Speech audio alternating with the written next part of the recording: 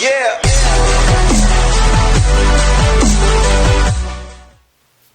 Hey guys, back at you again to talk about some more movies on this channel as always. And today I will be talking about the latest film in the Planet of the Apes franchise, being Kingdom of the Planet of the Apes, directed by Wes Ball, starring Owen Teague, Freya Allen, Kevin Durand, Peter Macon, and William H. Macy. Now this film takes place 300 years after the last trilogy that we had with Caesar. So many generations have passed since Caesar has passed.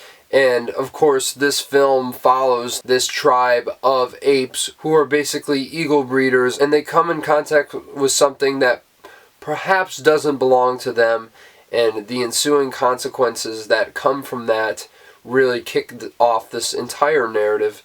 And I will say before I get into this, if you are wondering about my investment in the Planet of the Apes franchise, I have seen the original Planet of the Apes film with Charlton Heston, and I have seen the past 3 films with Andy Serkis as Caesar. So that's really as far as my knowledge of Planet of the Apes goes, but from my understanding, those are the only films that really matter, so I don't feel like I'm really missing out on much, you know. And I know a lot of people have grown up on those films from the 70s, but I have no personal attachment to them, and I think that if you're truly looking for great movies to watch, I really say those 4 are probably the only ones you need to check out.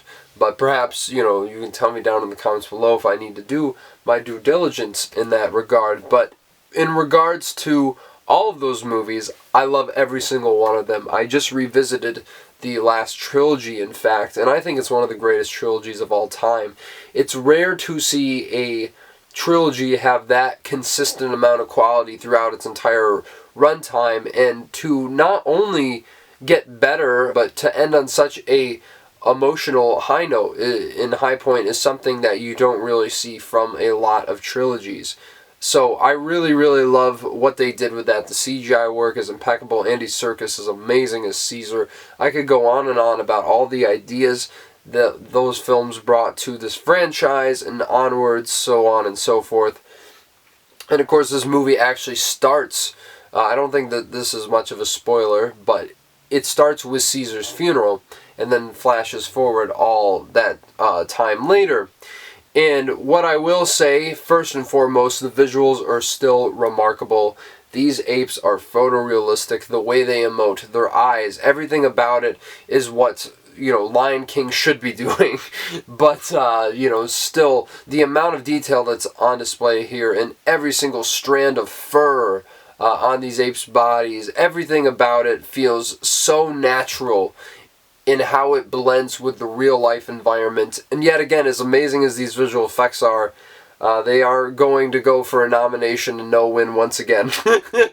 They just had the misfortune of going up against Dune Part 2 this year, so, you know, can't really blame them for that. But regardless, I do think that this is going to gain the Apes franchise another Oscar nomination, which they won't win, but still, it will get it, no question there in my mind. And I really think the performance here from these motion capture performers are quite excellent as well. Owen Teague in the lead as Noah here is really, really great. I think he brings a lot of well-needed emotion that helps anchor you into this character, even if I think there could have been more to him. We'll get into that.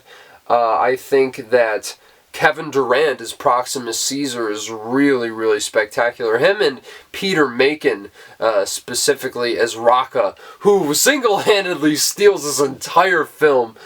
Just the sense of humor that he brings to this film is much needed, and the levity is really, really felt every time he's on screen. But also the hubris that he brings to the story as well, because what I really think works the best about this Planet of the Apes installment in particular is how they deal with the legacy of Caesar in the past 3 films, because this isn't a movie that is beholden to those films in regards to trying to tell a new story.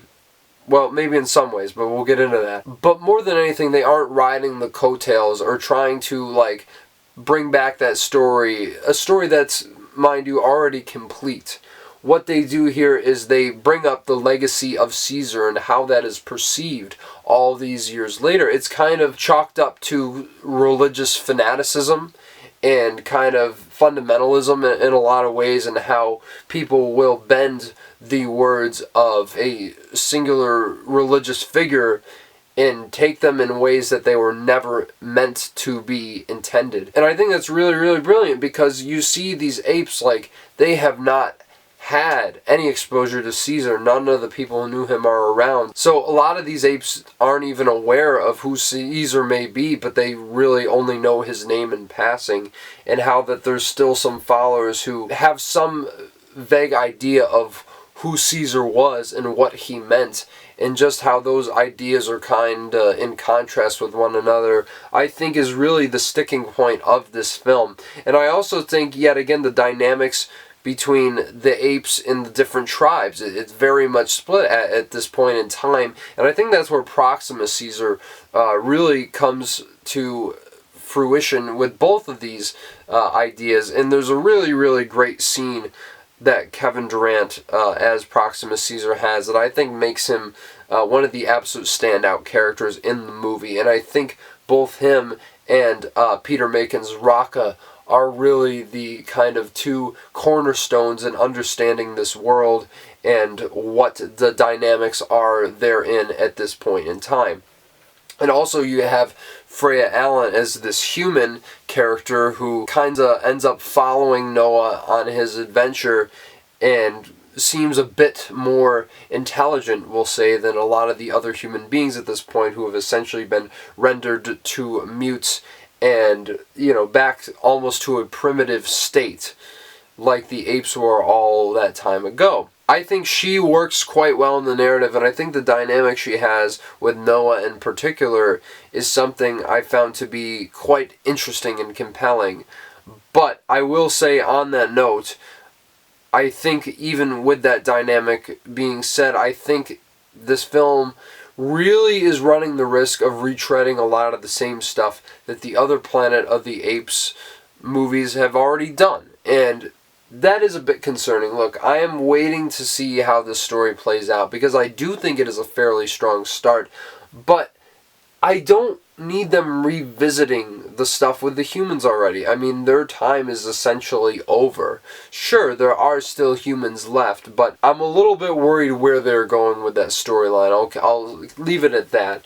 But I also feel that the dynamics between the characters and the character development in this film is nowhere near as strong as what it was in the previous three entries. And I know it's a different story. You can't be comparing everything to the previous films, but I think you kind of have to in this case, because sure, this is a start of a new trilogy, but Caesar, I think quite literally, is one of the greatest protagonists in all of film.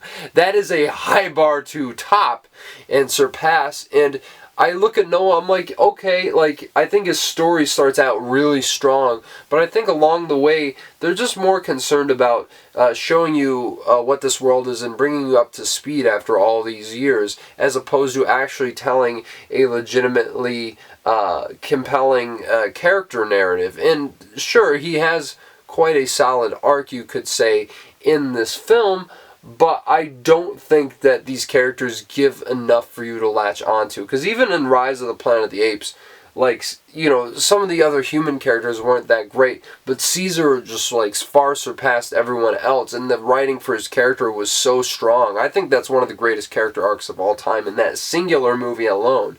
So, for those of you who are saying that this is better than Rise of the Planet of the Apes, I don't want to, like, diminish your thoughts or opinions on this, but I really think you're probably drinking the juice a little bit too much, the Planet of the Apes juice. And I think once the hype dies down, I think a lot of people are going to realize that this is not better than Rise of the Planet of the Apes, just because of all the things I've said. I don't think objectively in the script there is enough there to really justify this being even close to the same amount of character work and depth as that original film had.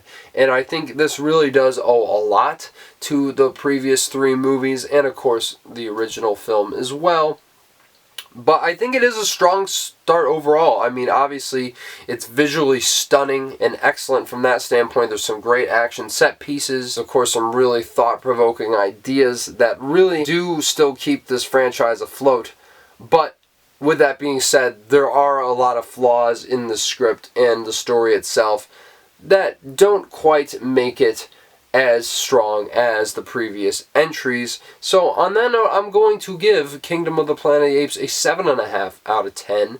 I think that this is definitely worth checking out, especially on a big screen, and I think a worthy continuation of the series. But yet again, I have my reservations going forward, and I do think that they have the groundwork to build off of and make a great sequel. But yet again, I really do not want them retreading some of the same things that they've already done in the previous movies. But only time will tell. I'm sure we'll get the next one in 2 to 3 years. And I really do think Wes Ball is a worthy director to, you know, work on this project. I haven't seen the Maze Runner movies, and I haven't heard they're like amazing, but I do think he does a very commendable job here, picking up the helm of the series from Matt Reeves.